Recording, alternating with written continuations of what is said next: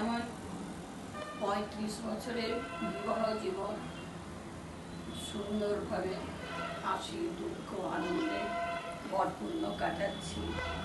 আমার জীবনে সর্বশ্রেষ্ঠ পাওয়া আমার মা বাবা, যাদের জন্য এই পৃথিবীতে আমি জন্মেছি, এত বড় পৃথিবীকে দেখলাম সুন্দরভাবে।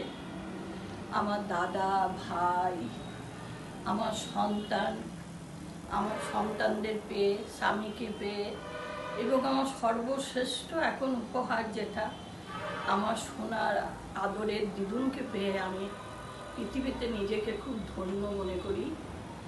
সবাই সুখে শান্তিতে থাকুক, আনন্দে থাকুক, আনন্দে কাটাক, সবারই প্রার্থনা, সবারই কাছে প্রার্থনা করি আমার দিদুন যেন জীবনে বড় নিজের পায়ে হয়ে দাঁড়াতে পারে, সকলকে ভালো রাখতে পারে, সকলেরকে যেন উপকার করতে পারে, সকলের যেন সাহায্যে হাত বাড়াতে পারে, এইটাই আমার শুভকামনা।